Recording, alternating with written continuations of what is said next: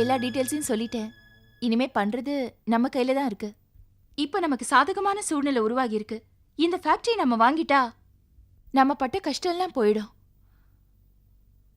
நம்ம அப்பாவை பழைய அப்பாவா பார்க்கலாம். அதுக்கு உங்க எல்லாரோட ஒத்துழைப்பும் தேவை.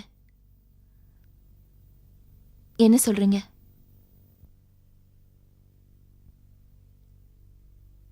நீ சொல்றது கேட்கறதுக்கு வேணா நல்லா இருக்குமா? அந்த பல்பு கம்பெனி நீ வாங்கி நிர்வாகம் பண்ணினா நம்ம குடும்பம் தலை நிமிரும். ஆனா ஆனா என்னம்மா? நீ இந்த வேலையை ஆரம்பிக்கணும்னா இப்ப நீ செய்துட்டு இருக்க வேலையை ராஜினாமா பண்ணணும். முடியுமாம்மா? புது கம்பெனி ஆரம்பிச்சு வருமானம் வரதுக்கு 6 மாசமாவது ஆகுமேம்மா. நம்ம குடும்பமே உன் வருமானத்தை நம்பிதானமா இருக்கு. ஜானகி, ஒரு விஷயத்துல நாம ஜெயிக்கணும்னா சில சமயம் கொஞ்சம் கஷ்டப்படத்தான் வேணும். பார்ப்போம், எப்படியாவது சமாளிப்போம். அம்மா, நான் பேங்க்ல லோனுக்கு அரேஞ்ச் பண்ணியிருக்கேன். என்னோடது பவி சுமியோட சர்டிஃபிகேட்ஸை கொடுக்குறேன்னு சொல்லியிருக்காங்கம்மா. லோன் சேங்ஷன் ஆகிறதுக்கு எப்படியும் 1 மாசமாவது ஆகும். அதுக்குள்ள கொஞ்சமாவது இனிஷியல் அமௌண்ட் ரெடி பண்ணி ஆகணும். நீ என்னம்மா சொல்ற? சந்திரா, உன் சர்டிஃபிகேட் நீ வேணா எடுத்து கொடுத்துடலாமா? ஆனா பவித்ரா சுமித்ரா இன்னொரு வீட்டுக்கு மருமகளை போக வேண்டியவங்க. அவங்க சர்டிஃபிகேட்டை நாம எப்படிமா உபயோகப்படுத்த முடியும்? அம்மா, அக்காவுக்கு உதவாதது எதுவுமே எனக்கு தேவையில்லை. அக்கா, நான் எப்பவுமே ஓ சைடு தான்.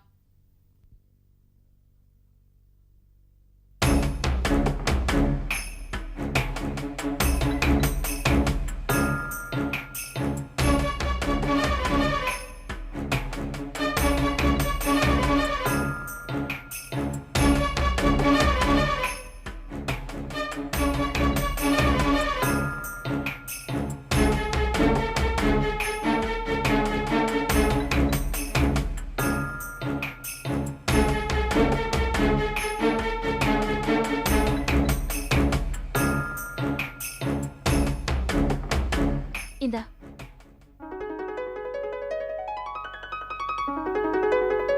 தேங்க்ஸ். நீ ஃபேக்டரி ஆரம்பிச்சு நிறைய சம்பாதிச்சா எனக்கு கிராண்டா கல்யாணம் பண்ணி வைப்பல்ல?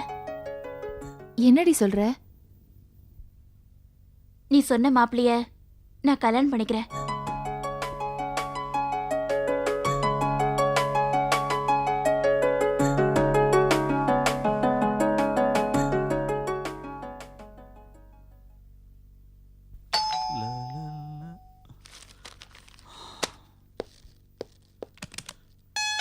ஹலோ, வாங்க வாங்க.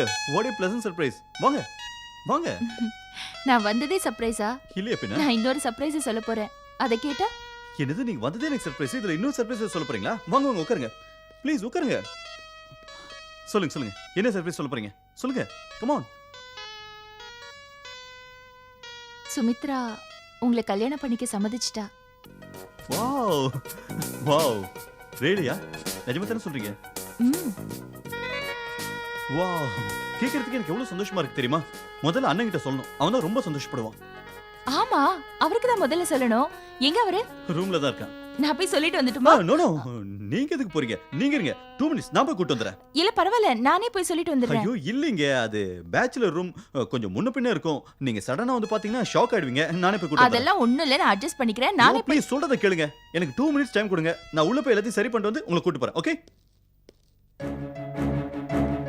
டேய் ஜெகா, டேய் டேய் ஜெகதீஷ். ஐயோ இன்னும் ரெடி ஆவல. டேய் என்னடா ஷாட் கூட அயன் பண்ணலையா? வேஸ்ட் அடி. டேய் இந்த வாட்ஸ் ராங்? சீக்கிரம் போடு. வைடா. என்னடா இது?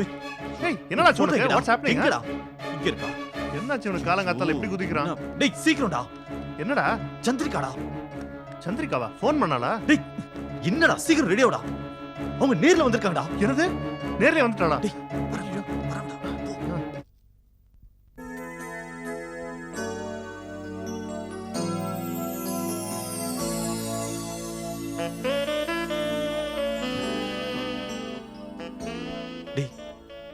சுமாரா. டேய் டேய் வந்துட்டீங்களா?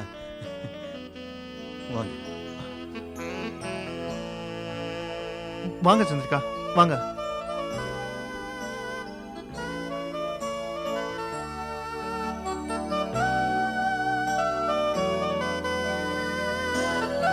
பாத்தீங்களா, இதுக்காக தான் நானே 2 மினிட்ஸ்க்கு அப்புறம் உங்களை கூப்பிடுறேன். அதுக்குள்ள அவசரப்பட்டு வந்துட்டீங்க. வாங்க. சந்திரிகா, நீங்க இங்கே சாரி, உங்கள் பெர்மிஷன் இல்லாமல் உங்கள் ஃபோட்டோ. ஆஃபீஸில் உங்களை நேரில் பார்த்தே ஃபீல் பண்ணிட்டு இருக்கான். வீட்டுக்கு வந்ததுக்கப்புறம் உங்கள் ஃபோட்டோவை பார்த்து ஃபீல் பண்ணிட்டு இருக்கான். 24 மணி நேரமும் உங்களை நினச்சே ஃபீல் பண்ணிட்டு இருக்காங்க. டேய், நீ ரொம்ப ஃபீல் பண்ணதரா. ஒரு ஃபோன் பண்ணி தான் நானே வந்திருப்பேன்ல. இல்லை, உங்களை பார்த்து தேங்க்ஸ் சொல்லிட்டு போகலான்னு வந்தேன். என்ன என்ன விஷயம்? எதுக்கா தேங்க்ஸ்? சுமித்ரா உங்க தம்பியை கல்யாணம் பண்ணிக்கிறதுக்கு சம்மதிச்சிட்டா. ரியலி? அதுக்கு தேங்க்ஸ் சொல்லிட்டு போலான்னு வந்தேன். நீங்க எவ்வளோ தடவை பேசி என் மனசை மாற்ற முடியல, ஆனா உங்க தம்பி ஒரே தடவை பேசி என் தங்கச்சி மனசை மாத்திட்டாரு. கங்க்ராட்ஸ்டா. இதெல்லாம் நல்லபடியா முடிச்சதுக்கு நான் உங்களுக்கு தான் தேங்க்ஸ் சொல்லணும். ஆனா இதை விடுங்க, இதை பத்தி நம்ம அப்புறமா பேசிக்கலாம். ஃபர்ஸ்ட் டைம் வீட்டுக்கு வந்திருக்கீங்க, என்ன சாப்பிட்றீங்க?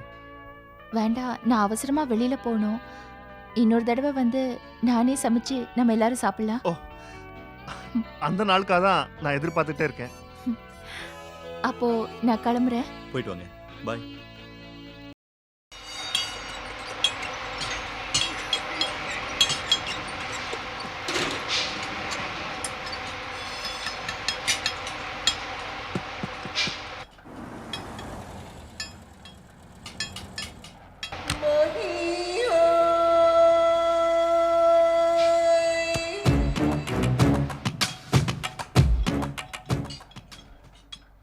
வணக்கம். வணக்கம். நீங்க சுந்தரேசன்னா எல்லாருக்கும் தெரியும். என்ன விஷயமா என்ன பார்க்க வந்திருக்கீங்க? உங்க பையன் கல்யாண விஷயமா பேச வந்தேன். ஏன், ஏதாவது பொண்ணு வச்சிருக்கீங்களா? தம்பி விளையாட்டா பேசுறீங்க, அதுக்காக நான் சொல்ல வந்தது சொல்லாம போயிட முடியுமா? என்ன சொல்ல போறீங்க? உங்களை பார்த்தா ஜமீன் பரம்பரை மாதிரி தெரியுது. உங்க பையனுக்கு பொண்ணு வேணும்னா 1000 பேர் பொண்ணு கொடுக்க முன் வருவாங்க. நீங்க போயும் அந்த சோமநாதன் குடும்பத்திலே சம்பந்தம் வச்சுக்கணும். அது ஒரு தரித்திரம் பிடிச்ச குடும்பம். உங்க பையன் அங்க போனான்னா வெறும் கையோட ஓட்டாண்டியா தான் வருவான். முடிச்சிட்டீங்களா? இன்னும் இருக்கே, மூத்தவளுக்கு இன்னும் கல்யாணமே ஆகல.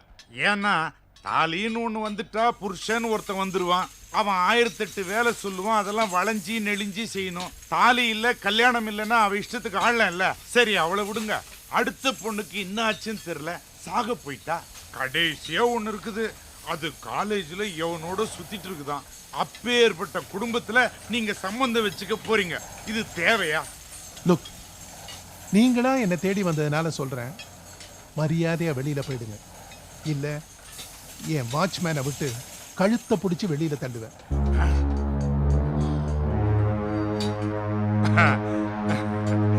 சரி, ஏதோ உங்களுக்கு நல்லது சொல்லலான்னு வந்தேன். உங்களுக்கு விதி எப்படி எழுதியிருக்குதோ அப்படிதான் நடக்கும்.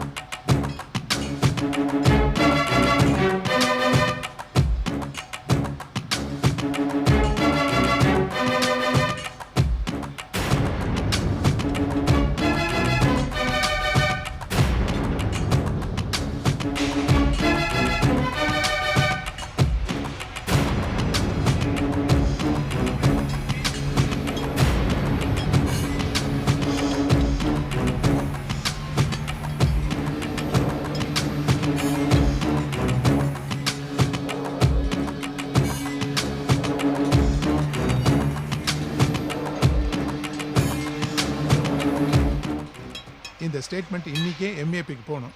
இமீடியட்டா ஃபேக்ஸ் பண்ணிடுங்க. சார், மாமா சந்திரிகா, ஆச்சரியமா இருக்கு. என்னை பார்க்க ஃபேக்டரிக்கே வந்திருக்கேன். அவர் எதுக்கு வந்துட்டு போறாரு? அவன் என்ன குழப்ப வந்தான், இப்போ அவன் குழம்பிட்டு போறான். அவன் கிடக்கிறான், விடுமா. நீ வந்த விஷயத்த சொல்லு. என்னம்மா யோசிக்கிற? கூச்சப்படாம சொல்லு. கல்யாணத்துக்கு ஏதாவது பணம் வேணுமா?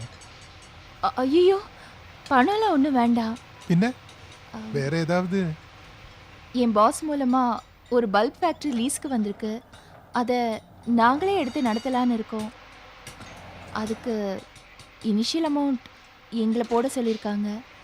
பேங்க் லோன் எங்கள் பாஸ் அரேஞ்ச் பண்ணி கொடுக்குறேன்னு சொன்னார். பேங்க் லோன் அரேஞ்ச் பண்ணுறதுக்கு என்னோட டிகிரி சர்டிஃபிகேட்டும் பவி சுமியோட சர்டிஃபிகேட்ஸும் கொடுத்தா லோன் வாங்கலான்னு சொன்னார். சரி, அதனால என்ன இருந்தாலும் பவித்ரா உங்கள் வீட்டுக்கு மருமகளாக வரப்போகிறவ இல்லையா? அதான் உங்ககிட்ட பெர்மிஷன் கேட்டுட்டு போகலான்னு வந்தேன். நீ இந்த மாதிரி பேசுறதா எனக்கு ரொம்ப கஷ்டமா இருக்குமா? அவளுக்கு நீங்க படிப்பை கொடுத்தீங்க. அந்த படிப்பை வச்சு பிசினஸ்க்கு யூஸ் பண்ண போறீங்க. அதுக்கு என்கிட்ட என் பர்மிஷன் கேட்கணும்? Please go ahead. தேங்க்யூ. இந்த பாருமா, இந்த பிசினஸ் தொடங்குறதுக்கு பேங்க் லோன் அது இதுன்னு அலையணுமா? என்கிட்ட கேட்டா நான் தரமாட்டேனா? பணம் எல்லாம் ஒன்றும் வேண்டாம். கேட்டதே ரொம்ப சந்தோஷமா இருக்கு. அப்படி ஏதாவது தேவைப்பட்டா நானே உங்களை வந்து கேட்குறேன். ப்ளஷர் இஸ் மைன்.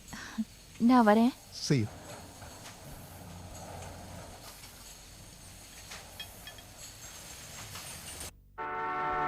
உங்களுக்கு or Lalitha something please stop it Lalitha. Cheat! முடியாது முடியாது. என்னால அந்த அயோக்கியனை கல்யாணம் பண்ணிக்க முடியாது. தினம் ஒரு பொண்ணு கூட சுத்துறா, அதுவும் பட்ட பகல்ல.